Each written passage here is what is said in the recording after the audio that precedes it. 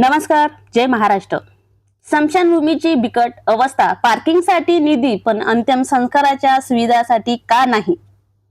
कोट्यवधीच्या विकास कामाच्या गाजावाजात स्मशानभूमीची दुरवस्था, नागरिकांचा संतप्त सवाल।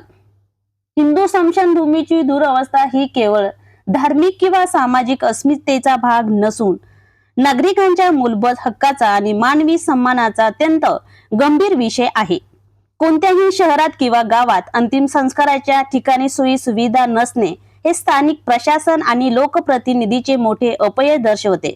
आज रोजी देऊळगाव राजा शहरातील स्मशानभूमीची अवस्था अत्यंत दयनीय झाली असून मूलभूत सुविधा अभाव असल्याची तक्रार नागरिकांकडून सातत्याने केली जात आहे।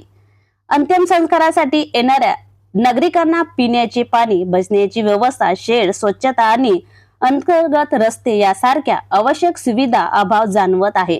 दुसरीकडे विविध ठिकाणी पार्किंगसाठी मोठ्या प्रमाणात निधी मंजूर होत असल्याने दिसत असताना स्मशानभूमीच्या विकासासाठी मात्र पुरेसा निधी का दिला जात नाही असा प्रश्न नागरिक उपस्थित करत आहे।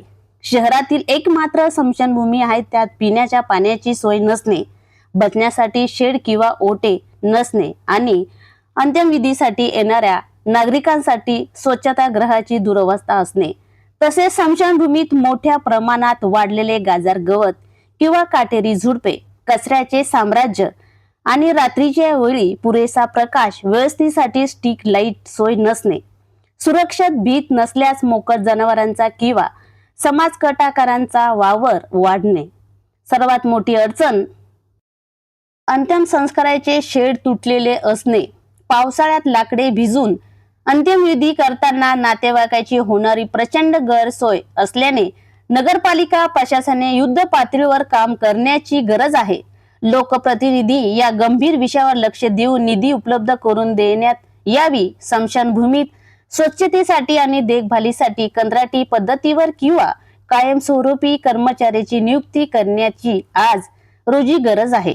स्मशानभूमीत तातडीने विकास करून आवश्यक सुविधा उपलब्ध करून देण्यात यावे, जेणेकरून दुःखाच्या प्रसंगी येणाऱ्या नागरिकांना आणखी हाल अपेक्षा सहन कराव्या लागू नयेत।